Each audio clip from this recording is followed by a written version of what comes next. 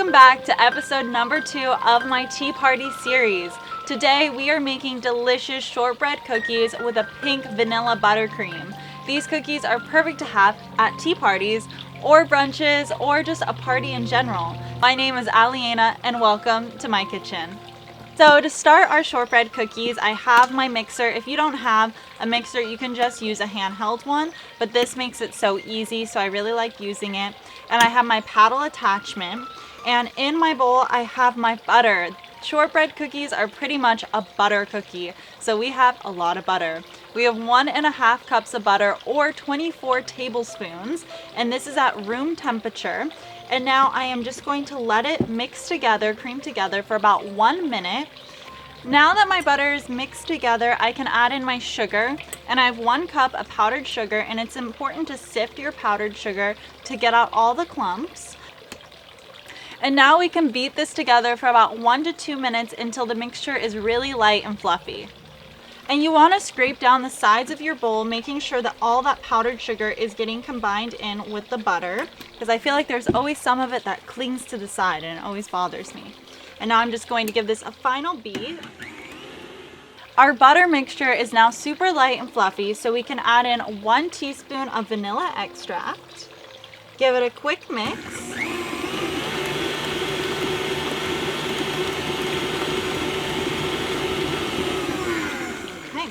And now we can add in our dry ingredients. I have a 1/4 teaspoon of salt going in because I used salted butter, but if you are using unsalted butter, you can add in 1/2 teaspoon of salt, along with 2 heaping cups, 2 and 1 tablespoon exactly cups of all-purpose flour, and I'm going to slowly add this in.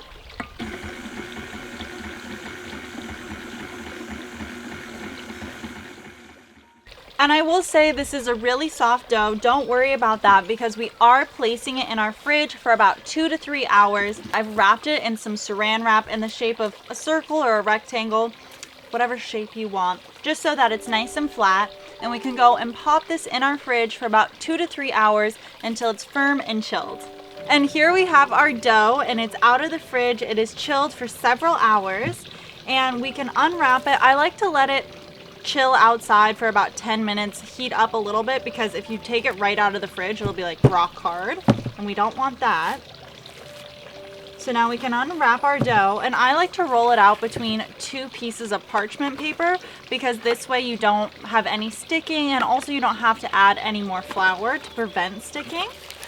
Whew, I'm hot now. This is a workout. I will say, if you want to make your life a little bit easier, you can always cut this in half and put the other half back in the fridge while you roll out the first half. But I wanted to get it all done at once, so I have a lot of dough in front of me. And now that it's super soft, because it's a really hot day, I do want to place it back in my fridge for about another 10 to 15 minutes before I cut it out, because this will ensure it keeps those really clean lines. Now that our dough has had some time to chill, we can take it back out and start cutting it. These are circular cookies, but I don't have a circular cutout, so I'm actually just using a wine glass or a champagne flute. It's kind of a middle ground of a wine glass and a champagne flute, but it's the perfect size. It's about 2 inches, and now we can just cut out our dough and place it on a lined baking sheet.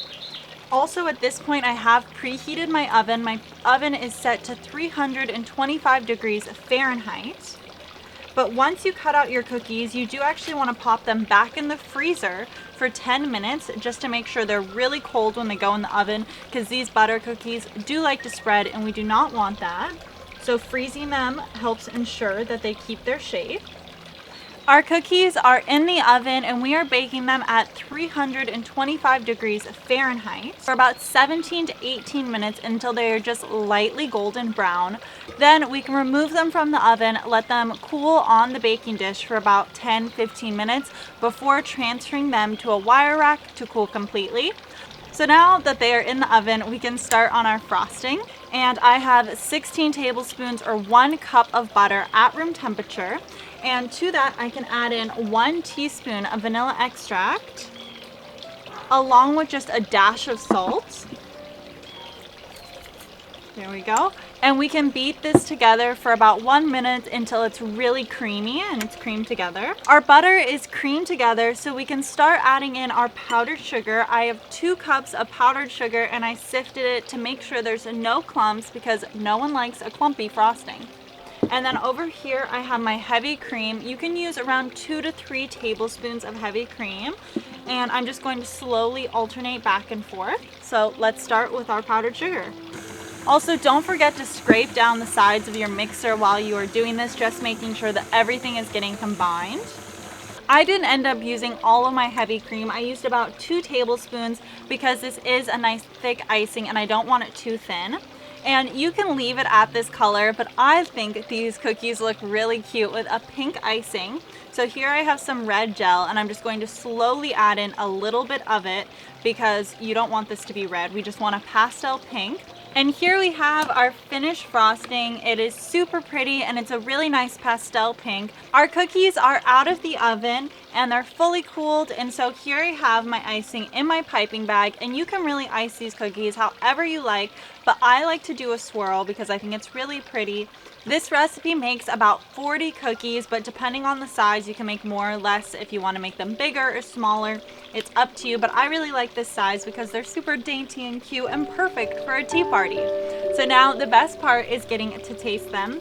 I'm not gonna lie, I actually have already tasted it. It's really good, but I'll taste it again.